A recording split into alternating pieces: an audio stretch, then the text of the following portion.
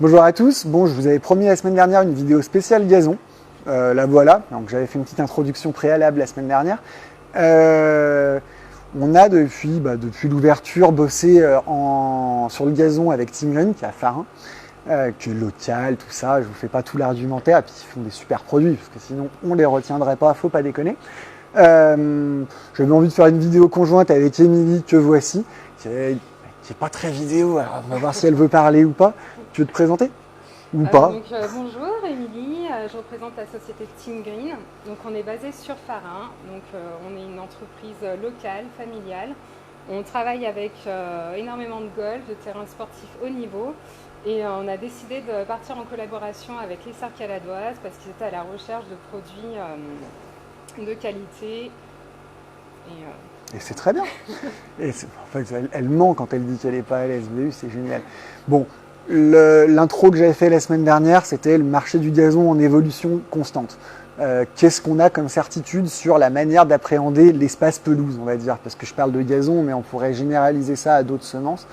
La problématique, depuis quand même un certain nombre d'années, même si 2021 a été une année plutôt agréable de ce point de vue-là, avec beaucoup de pluie et tout, ça a quand même été majoritairement une parenthèse dans la logique de réchauffement, d'été plus sec, et donc d'une gestion différente de ces espaces-là.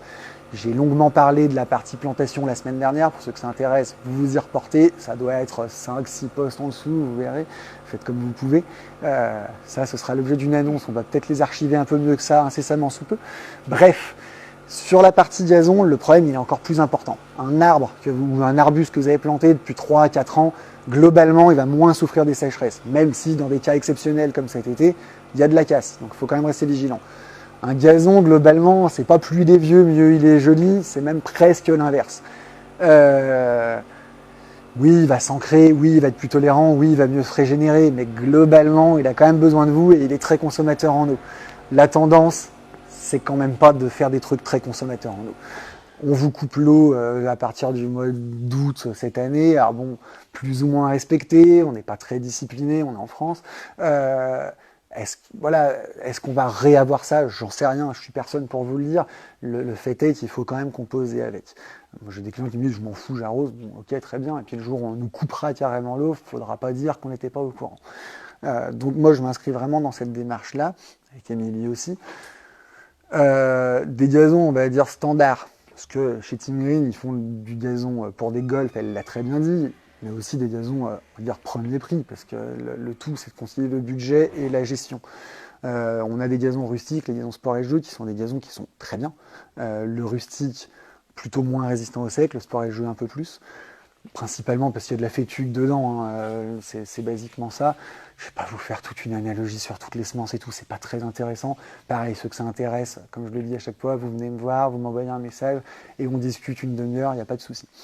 On a ces gazons-là. Ces gazons-là, cet été, ils ont cramé. On va pas se mentir, ceux qui n'ont pas cramé, c'est qu'ils les ont arrosés très régulièrement. Voilà. Si vous avez, quand ils disent j'ai une tonne à eau, ouais, super. Vous avez une tonne à eau de 5 mètres cubes, avec un été comme cette année, vous avez 2 semaines d'eau pour votre gazon. Je ne parle pas du reste du jardin. Donc, l'approche, elle est peut-être plus viable. Je dis bien peut-être, parce que, encore une fois, l'année dernière, on n'a pas eu de problème. Mais je préfère considérer que c'est quand même ça la norme. Qu'est-ce que c'est les autres options? Hop là, on avance un brin. Les autres options, c'est ça. La première, elle est là. Gazon élite. En gros, basiquement, ce qui coûte cher dans du gazon élite, c'est qu'il y a du pâturin. Le pâturin, ce qui est bien, c'est pas tant qu'il brûle moins, même si déjà il brûle moins, il est moins consommateur, surtout qu'il revient bien mieux à la fin de la saison. Vous avez un peu des trous, il va se remplir tout seul. En fait, les gazons qui brûlent, si vous regardez maintenant, même si vous n'avez rien fait au bout d'un mois, ça reste vert. Il y a des choses qui reviennent, il y a des graines dans le sol. Enfin, c'est pas tout mort, c'est pas brûlé. Donc c'est une option. C'est une option qui est quoi? 30% plus cher, à peu près. Sachant que le gazon, c'est déjà un coût.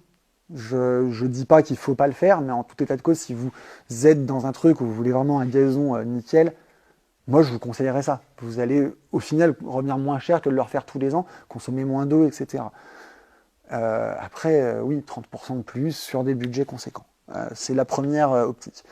La deuxième, on en discutait avec Émilie juste avant, ça va être de fertiliser un peu plus à l'automne, d'essayer de renforcer le gazon après la période de stress pour essayer effectivement de le faire se régénérer mieux je simplifie énormément, hein, mais c'est une option. On n'a pas dans la culture gazon, dans notre pays en tout cas, moi je le vois au quotidien, la culture engrais dans le gazon. Alors que c'est un élément d'économie d'eau assez important, c'est un élément de qualité du gazon très important.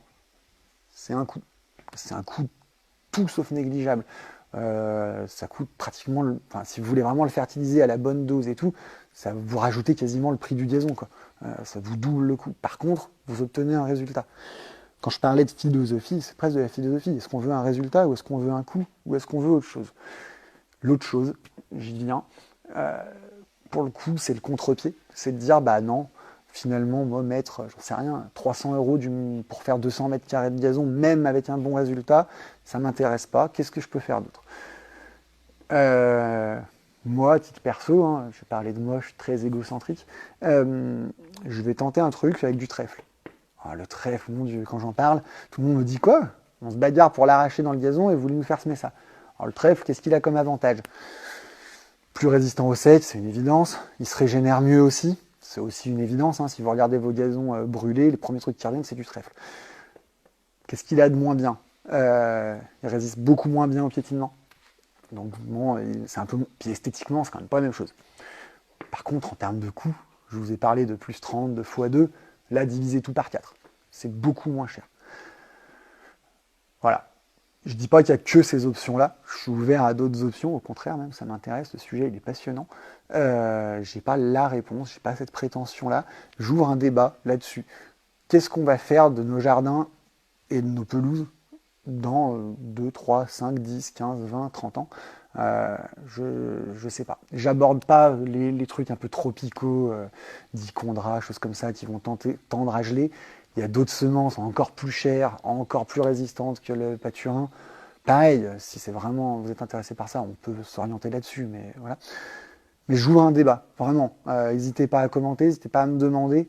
Je suis un peu comme tout le monde, hein. Le réchauffement climatique, le changement climatique, je ne sais pas où il nous emmène. Je n'ai pas de certitude sur l'avenir de toutes ces choses-là. Donc n'hésitez pas, vous me sollicitez. Si vous avez 2 heures à perdre, vous venez me voir en magasin. Mais le problème, c'est que j'ai un peu tendance, j'avais dit que la vidéo ferait 4 minutes, elle va en faire 17.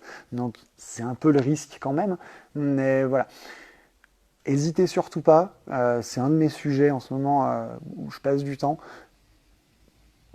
C'est beaucoup plus facile de vous dire allez-y, ressemez vos gazons, on va faire du volume, moi ça me rende de l'argent, c'est cool, ça ne m'intéresse pas, pour ceux qui me connaissent le savent, je ne suis pas intéressé par vendre pour vendre, l'intérêt c'est du jardin durable, on est dans cette optique-là, on veut ça, il faut ça, on n'a pas d'autre choix, c'est pas comme si vous pouviez vous dire moi je vais faire pas comme les autres parce que je suis plus malin, non, personne n'est plus malin, voilà.